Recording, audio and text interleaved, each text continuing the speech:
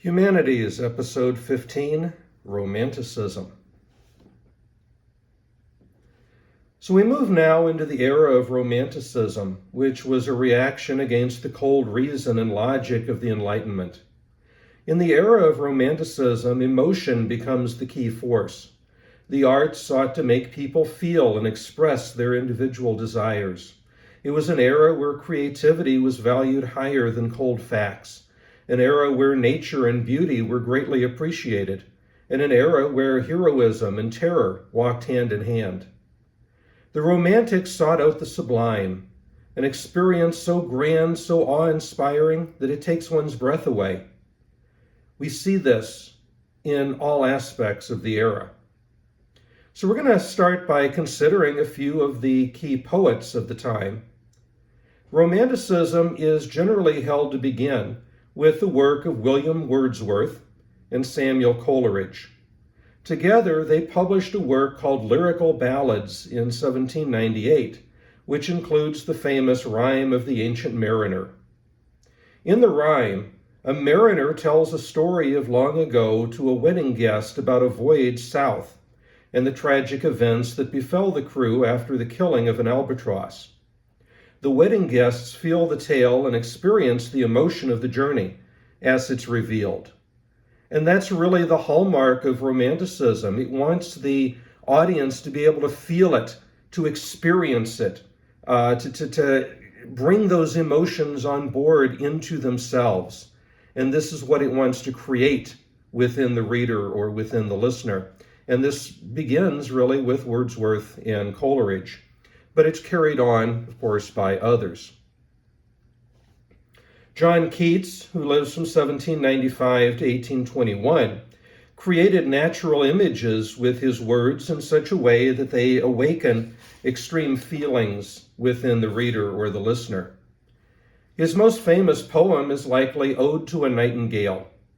Now, unlike his earlier, more hedonistic poems, Ode to a Nightingale tackles loftier themes. He looks at nature in general. He looks at the transitional stages between life and death. And of course, death itself becomes a prominent theme. This transition is likely brought on by his own decline in health. Keats is already beginning to feel the effects of consumption, which is what they used to call tuberculosis. And this is going to claim his life less than 2 years later at the age of 25. Now I want to read just a little bit of the Ode to a Nightingale to you, just so you can start to get a feel for this experience. And you can see it in print as well as in his handwritten copy there on the screen. My heart aches, and a drowsy numbness pains my sense, as though of hemlock I had drunk, or emptied some dull opiate to the drains. 1 minute past, the lathwards had sunk. 'Tis not through envy of thy happy lot, but being too happy in thine happiness, that thou, light-winged dryad of the trees, in some melodious plot of beseeching green and shadows numberless, sing'st of summer in full-throated ease. Oh, for a draught of vintage that hath been cooled a long age in a deep delved earth, tasting of flora and the country green, dance and Provençal song and sunburnt mirth. Oh, for a beaker full of warm south, full of the true, the blushful hippocrene, with beaded bubbles winking at the brim, and purple-stained mouth, that I might drink and leave the world unseen, and with thee fade away into the forest dim. And so that is just a small sampling of this work, but it gives you a feel for the way that his writings flow.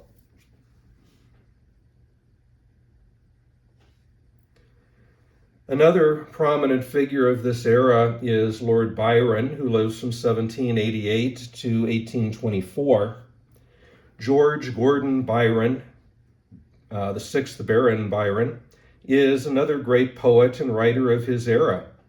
He held a reputation as a playboy, having scandalous affairs with both men and women. Now, one lover that we see here this is Lady Caroline Lamb, described Byron as mad, bad, and dangerous to know. Byron briefly married Anne Milbank, who we see depicted here, and they produced a daughter, Ada Lovelace. And Ada Lovelace is widely recognized as the world's first computer programmer. So it's interesting that Byron, who so lived and embodied the Romanticism's era's ideals, produces a daughter who turned to science and logic. Byron will end his life as a Greek national hero, leading a military campaign against the Ottomans. His best-known work is the lengthy Don Juan. The story of Don Juan is a womanizing playboy as well, just as he was. Now, there is a sense here in which most people would say Don Juan, because that was the legendary figure in Spanish mythology. But given the metric rhyme that is used within this, it would actually be pronounced Don Juan within Byron's writing. And Byron also, I think, makes this change because he's kind of turning the story on its head. Don Juan was the playboy that was out to, get whatever he could. But Don Juan is a man easily seduced by the lures and the trappings of women. And we have to kind of wonder if maybe Byron saw himself in this character and that this was his explanation for his behavior. Well, in any event, Don Juan has an affair with a friend of his mother and is sent away to protect him from the woman's husband. He gets shipwrecked and he falls under the spell of a pirate's daughter. When this is discovered, he gets sold into slavery to the Turks, where a sultana finds him, buys him, and sneaks him into the harem. But he's found by the sultan and has to flee. He joins the Russian army and rescues a Muslim girl, comes to the attention of Catherine the Great. Don Juan will serve Catherine until the cold weather affects him and he falls ill, and so he gets sent to England, where he gets in further trouble with the British aristocracy. Despite the incredible length of this piece, the poem is left unfinished, and so we never really find out how the story ends. But we can still see the full-lived life and passion, the adventure, the emotional appeal that marks this era of Romanticism. Byron's friend, Percy Bysshe Shelley, who we see depicted here, was another poet who died young, and he married Mary Wollstonecraft, Mary, who will become Mary Shelley of Frankenstein fame, the daughter of Mary Wollstonecraft, who wrote The Vindication of the Rights of Women. Now, Mary Shelley lives from 1797 to 1851, and she goes on to write one of the great novels of the era, Frankenstein. As an interesting side note, you'll see the image on the screen here, and what is wrapped up inside of this little piece of cloth? It's Byron's heart, Percy's heart. The heart was actually kept by her. When he died, it was calcified, and she kept it all of her life in that little box and kept it with her. So that, I think, really kind of exemplifies this Romanticism's period as well. Now, many films tell the story, but not usually correctly, not usually fully. The novel tells of a Dr. Victor Frankenstein who discovers a means of creating life by animating dead tissue. A creature is made from a dead body and brought into existence with a conscience and a sentient mind. Now, just to depict on the screen here, this is sort of a depiction of what this hideous giant of a beast would have looked like in Mary Shelley's mind. Here it is being brought to the screen by Boris Karloff, sort of the great standard view. Over here, we have Herman Munster from the 60s TV series The Munsters. You can see the similarity between him and Karloff's figure. But again, this takes a spoof on it. And likewise, we have Mel Brooks's classic Dr. Frankenstein, or is that Frankenstein? But in any event, this is another attempt to depict it. And so over and over and over again, we have these various takes upon the story of Frankenstein, but they're all variations, they're bits and pieces, there's things interwoven into them, which is very strange. Well, in the actual story, the creature's appearance is considered to be so hideous that everybody is afraid and runs away from it. The creature has learned to speak, to read, and he begins to gain understanding. He realizes that, like all creatures, he craves human contact and human love. But he also understands that no human will give him this because of his grotesque appearance. The creature blames Dr. Frankenstein for abandoning him and holds him responsible for his situation. The creature demands that the doctor make a female counterpart for him. The doctor initially refuses, but the creature threatens to kill and destroy until his demands are met. So Dr. Frankenstein agrees and he makes a female creature. But he feels the horror of what it is that he's done. And so the doctor destroys the female, which of course angers the creature, who retaliates by killing the doctor's bride on their wedding night. Intent on destroying the creature, Frankenstein will pursue him from place to place to place, and eventually he'll track him down to the Arctic. But the doctor is going to fall through ice into the frigid water. He'll be rescued by a sea captain, but it's too late. Dr. Frankenstein is going to die shortly after telling this tale to the captain. Now, the creature's feeling of loss and sadness at his creator's death and his vows to end his own life, despite being a very gripping story, it has this important series of themes from the era played out in it. The rejection of the Enlightenment for the emotion of the romantic is played out excellently. Shelley saw scientific advancement as playing God. Knowledge is a good thing, but too much can be dangerous. So the book is a warning to the scientific community to not go too far. Don't try to create life. The emotional need of humanity is to find love and connection, and that's felt here within this book. The theme of revenge, which always plays a role in stories, is used to show it as a powerful factor in life, but one that also often proves fruitless. And the final scenes demonstrate the pull, the importance, the value of family. Despite their arguments and their differences, the creature still recognizes the doctor as his creator, as his father, and he feels remorse at his passing and seeks to make amends. The raw emotion of this novel is something that really should not be missed.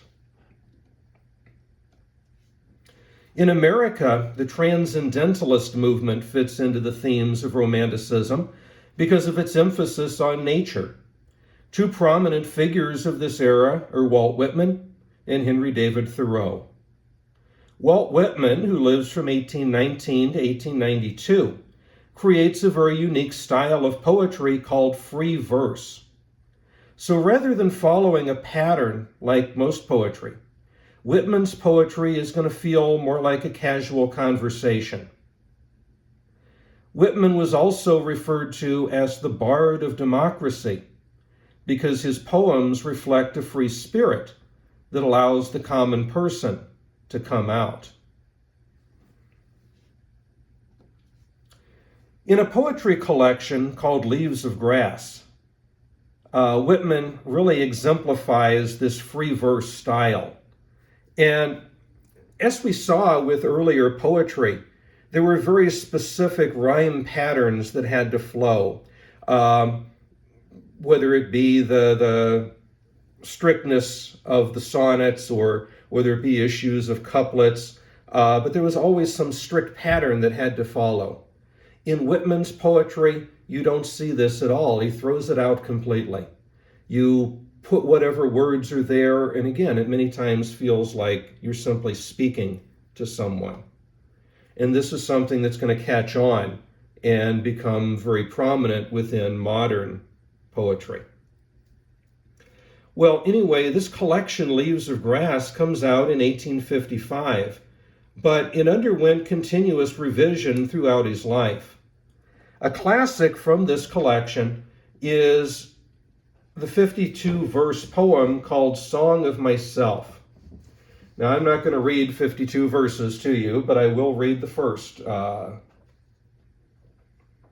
I celebrate myself and sing myself, and what I assume you shall assume, for every atom belongs to me as good belongs to you.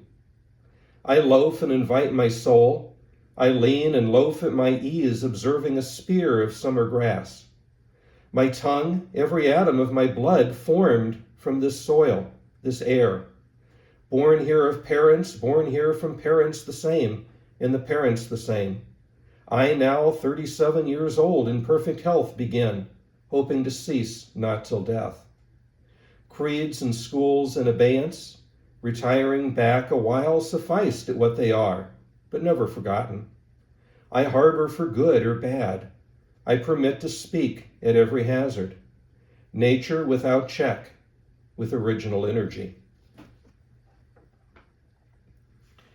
So, in Song of Myself, Whitman is celebrating. He's explaining here, he's celebrating himself.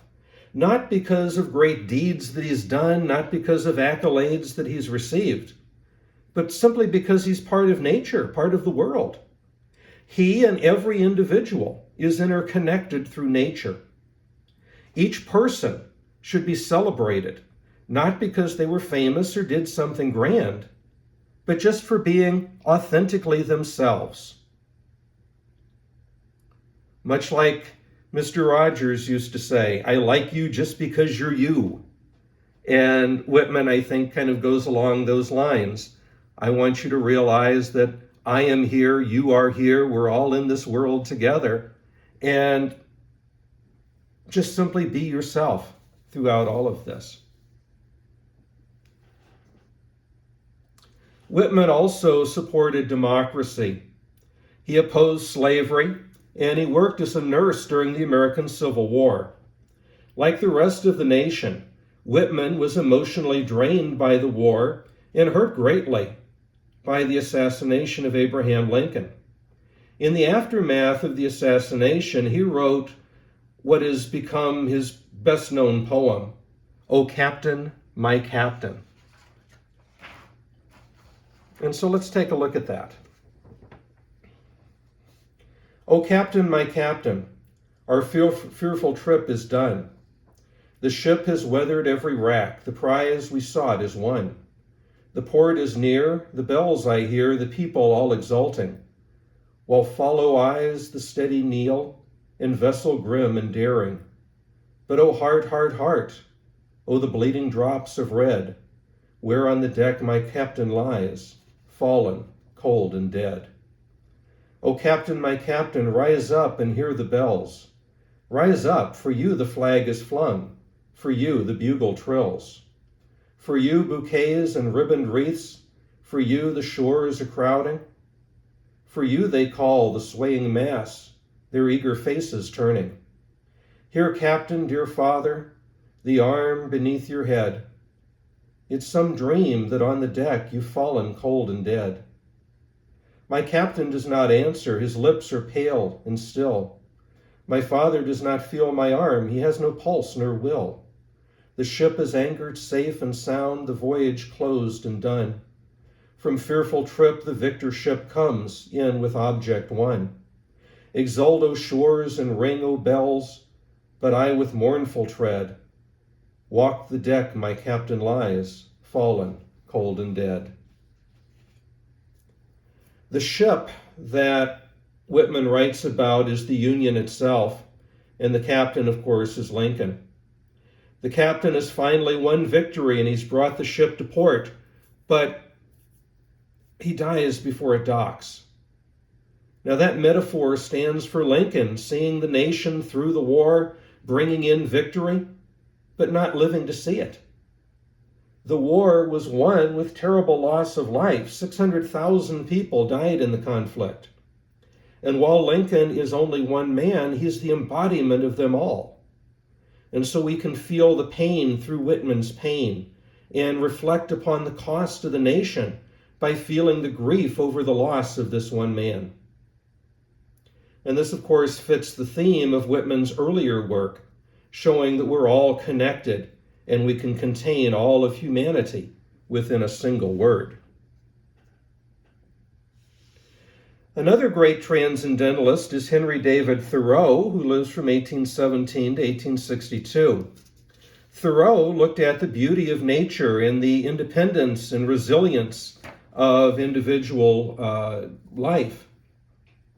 In 1849, Thoreau published a small work called On the Duty of Civil Disobedience, in which he claimed the rights of the individual over the state. Initially, he wrote in opposition to three things. First, being considered part of a nation he did not explicitly join. Thoreau felt that just because a person like him was born in Massachusetts, which is part of the United States, that he should not automatically be considered an American citizen and have to follow the laws of that land and pay taxes to support the institutions of that land and so forth. He felt that each individual should be perceived as a free individual to be able to make their choice, much like we would choose to enter a club or a group whereby we would be able to look it over first, listen to the rules, read through the charter, and then make a decision. Thoreau says that's the way it should be. I don't want to be considered part of any group that I did not explicitly join, and that means also being part of a nation. The second thing he was opposing was war with Mexico. President Polk had initiated his policy whereby he wanted to go from one side of the nation to the other, one side of the continent to the other, from the top to the bottom, was called Manifest Destiny.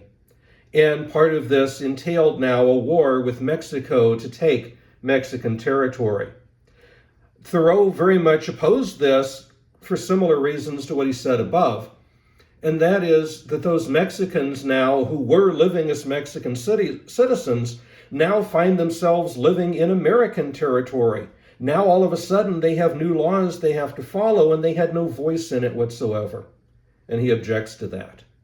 And of course the third thing he opposes is slavery. You know, for someone who speaks so strongly about individual personal rights and autonomy, the idea of slavery is absolutely abhorrent to him. But yet this country at the time, you were paying taxes that supported the institution of slavery, regardless of your feelings or your beliefs. And so he wrote this idea of civil disobedience to try to fix this issue. He wants to fight against these things, and he supported the idea of civil disobedience, which of course is going to be put into better use later by people such as Dr. King and Mahatma Gandhi. Civil disobedience is the act of willingly breaking laws that you consider to be unjust, being willing to face the consequences to draw attention to your actions so other people can see the wrong and demand the change. Because of this opposition to these three things, Thoreau refused to pay taxes and was imprisoned. Unfortunately, the action was a failure since his friends misunderstood and simply thought he couldn't afford to pay the taxes. So they came together and paid them for him, and he was released after only one night in jail without any real attention or progress. But ultimately, this is why he wrote the book, to explain why he did it and to champion the individual rights over that of the collective state. His independence streak also took him to an experiment where he lived in isolation at Walden Pond for 2 years. He lived in nature, reliant only on himself, and followed the dictates of his own conscience.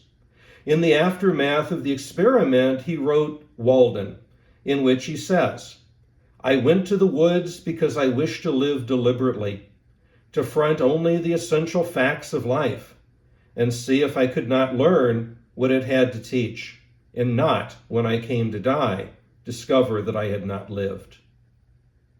He was living what he called a deliberate life, where he was in control and not enslaved to the whims or the fads of society. As an offshoot of this transcendentalist movement, but pulling also from the problems of society, we find this era to be rich in what is called abolitionist literature. Slavery has been part of the nation since before it was a nation, with the first African slaves arriving in Jamestown in 1619. Although Jefferson tried in his initial draft of the Declaration of Independence to have slavery banned in the new nation, many would not hear of it, and so it followed the nation into its existence. Throughout the first 80-plus years of the U.S., slavery existed and was part of the contention that was threatening to rip the nation apart, until Civil War and the abolition of slavery in 1865. Now, during this era, many books were published to show the horrors and the wrongs of slavery, many by former slaves such as Frederick Douglass, who lived from 1818 to 1895. Frederick Douglass escaped from slavery at the age of 20 and became a very outspoken opponent of what was being called the peculiar institution. In 1845, Douglass published The Narrative of the Life of Frederick Douglass, an American Slave, which tells of his life in slavery, his daring escape, and his work in the name of freedom. His book shows the very dehumanizing effects of slavery and the constant fear and intimidation under which slaves lived. He also looked at the hypocrisy of the brutal Christian slave owners who used the Bible as a justification for slavery, some of which claimed that slavery actually benefited the slave because they would be unable to have any function or any purpose without the aid of their masters. They would have no means of being able to live without them. Like Mary Wollstonecraft writing about the plight of 18th century women, Douglass stresses the value of education. He says that people can do little about their situation without education. A person who can't read is isolated and lacks understanding of the wrong recognized by so many. Without education, the slave may simply accept and not realize the wrong of the situation, and even if they do feel the wrong of it, without education, one may not realize that others feel the same way, or that there are people who are willing to help. Without education, one will not be able to articulate the wrongs or ask for redress. And this is why the slaveholder forbade the slave to learn to read. It would undermine the slaveholder's power. Now, as influential as these slave narratives were, there was one work written by the wife of a minister, Harriet Beecher Stowe, who lives from 1811 to 1896. This book was said to be what blew the top off of slavery, what started the Civil War, and what ultimately led to the eradication of the evil menace of slavery. That book was Uncle Tom's Cabin, published in 1852. Uncle Tom's Cabin follows the story of two central characters, Uncle Tom and Eliza Harris. Like the slave narratives, Uncle Tom's Cabin shows the brutal nature of slavery. It shows the cruel and the heartless nature of the slave owners who delight in the physical and the mental torture of the slaves under his charge. It shows the heartbreak of families being torn apart and sold to other plantations never to be seen again. Tom and Eliza lived on the same plantation in Kentucky. When their owner ran into financial trouble, he sells them. Now Tom will accept his fate and he gets sold further south. Eliza chooses to create her own destiny through a daring escape. Uncle Tom leaves his wife and 3 children in their cabin. His wife tries to work to earn extra money to try to buy Tom back, but she's not able to do so, and so Tom never sees them again. Despite the cruelty that he endures, Tom becomes a largely complacent figure who has accepted his fate, but yet he does fight against it in his own way, even becoming a martyr in the end. When other slaves on Simon Legree's plantation escape, Uncle Tom is in the know, but he refuses to betray them. Legree tries to beat the information out of Tom, but he refuses, angering Legree until Tom is brutally killed. So it's really wrong to see Uncle Tom as a collaborator or as a sellout, as in the common usage of the term. He was not. The modern misconception of an Uncle Tom doesn't come from Uncle Tom's Cabin, the book. It comes from a play adaptation that is created later that takes liberties with it and transforms him in that way. Eliza, on the other hand, is not going to allow herself to be separated from her son. And so the two will escape across the icy Ohio River and find help from the Underground Railroad, who helped to reunite them with her husband and to get the 3 of them safely into Canada.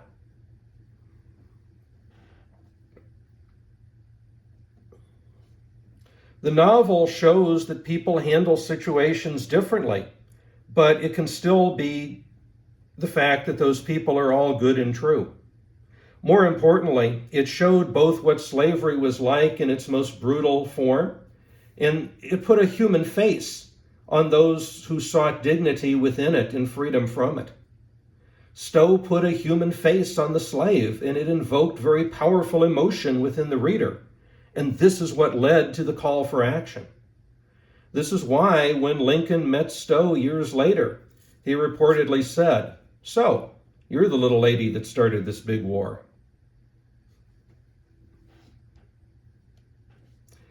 Turning now from literature to the arts, we find that this era, due to its love of nature, preferred landscapes for the most part. But portraits are still going to continue to be made. But within those portraits, people wanted them to be very natural too. The artist George Catlin, who lived from 1796 to 1872, for example, made a lot of paintings of native peoples as well as the land itself that the natives inhabited. He traveled and visited 18 different tribes, including the Pawnee, the Cheyenne, and the Blackfeet, and he painted over 400 portraits that show the noble nature of the native and the world that he inhabited. For many in this world, these paintings were the first glimpse of the natives that they ever saw. And for us, they survive to show a world long since obliterated. And here's just a sampling of those. This is Catlin himself, and then these are the paintings of the various natives, just a small handful of those 400. But it gives you a chance to kind of look at it and experience it. And you can see sort of the landscape with people. There's the landscape with horses. So we see that element of it too. Also, when it comes to the questions of artistic value, one of the great figures of this era was Francisco de Goya, who lives from 1746 to 1828. Goya was considered a transitional figure whose work is going to show elements of the old masters, but it also moves towards more modern expression. And his art is often dark and introspective. And I want to look at 2 of his works specifically. The piece that we see over here, this is El Acular. And within it, we see Satan and Satan is in the form of a goat surrounded by a coven of witches. It's a darkly unsettling piece, and despite their involvement, the witches look terrified as Satan appears to them. Now, Goya in this picture is very mocking of superstition, but even though it's depicting these pagan witches circling around Satan, they're not the target. Goya is really attacking the church, which he says rules through fear. The church controls the masses. It keeps people ignorant with these stories. We need to understand, I guess, that when you really stop and think about it, Satan himself is a Christian figure. And so when you look at a group of pagans, that's not really part of their mythology. And so, claiming that, these witches, these individuals are in league with Satan, clearly that's just a sign of terror that's being demonstrated, trying to show, that here's something you need to be afraid of. Here's something the church can help you with, can support you with. The other image that we're looking at is called Tio Paquette. And this dark image shows a rather happy, yet oddly distorted face of a beggar who would sing and play guitar on the steps of a local church. The beggar was blind, but comical in nature. Goya tries to capture that, but he also paints in such a way that the blackness is all around him. The face is dim and it's hidden. This is the sort of modern realism that Goya is trying to depict. The beggar is in society, but in society he's obscured, he's hidden, but he's still there. He's a person in this world using his abilities to survive. He's laughing despite the problems all around him. He's coping in the darkness, perhaps much like Goya himself. And finally, we come to the music of the era. Like the art and the literature of the time, the music of Romanticism stresses individuality and emotion, like the poetry that lets go of the strict rhyming patterns and meters for free verse. The music also lets go of the strict formalities, inviting a new sound that is more melodic.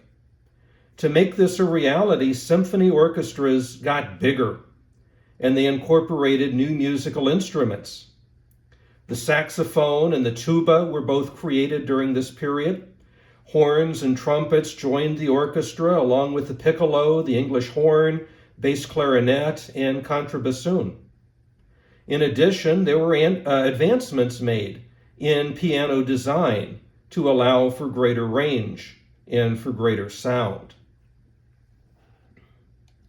The music of this era follows the literature and attempts to tell a story or paint an image with sound.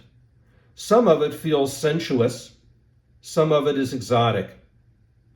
Now we can experience this through key pieces of key players, and given the fact that we're almost at 40 minutes for this lecture, I'm not going to play these, but I would encourage you to go on to Spotify or something, look them up, and listen a little bit to these pieces for yourself. But I just want to highlight some of the key people of this time.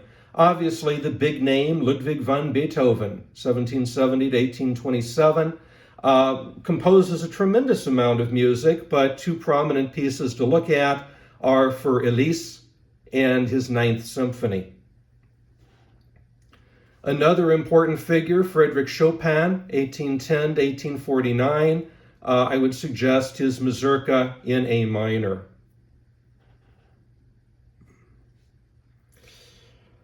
These themes also carry over into the operas of the day, which can be seen in the work of Giuseppe Verdi, 1813 to 1901.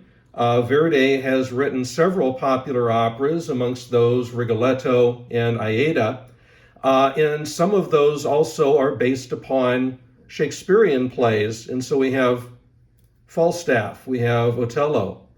These are things that you can look to as well. Sort of, let's look to the emotional stories of the past, but bring them forward in music.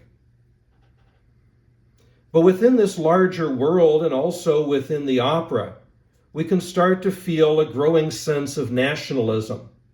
And this is most strongly felt in the work of Richard Wagner, 1813 to 1883. Now, Wagner has written a tremendous amount of operas, including The Flying Dutchman, Lohengrin, Tristan and Isolde, Parsifal. Wagner is credited for the development of Gesamtkunstwerk, which means total work of art. His musical dramas tended to be rather long, but he is credited with really the longest opera, if you will, which is really divided into 4 parts of them all. And this is known collectively as the Ring Cycle, or Der Ring des Nibelungen, which is made up of 4 individual operas, Das Rheingold, Die Walküre, Siegfried, and Götterdämmerung. Now these works of Wagner, these will stretch over several days, usually 4 consecutive nights it's played out. And it uses themes of heroism from Arthurian legend and spoke to a strong sense of German nationalism. And so I don't want to end this lecture without you getting to hear anything from these great composers. And so I'm going to leave you with a piece you're probably somewhat familiar with. It's called The Ride of the Valkyries from Wagner's 1856 opera, Die Walküre.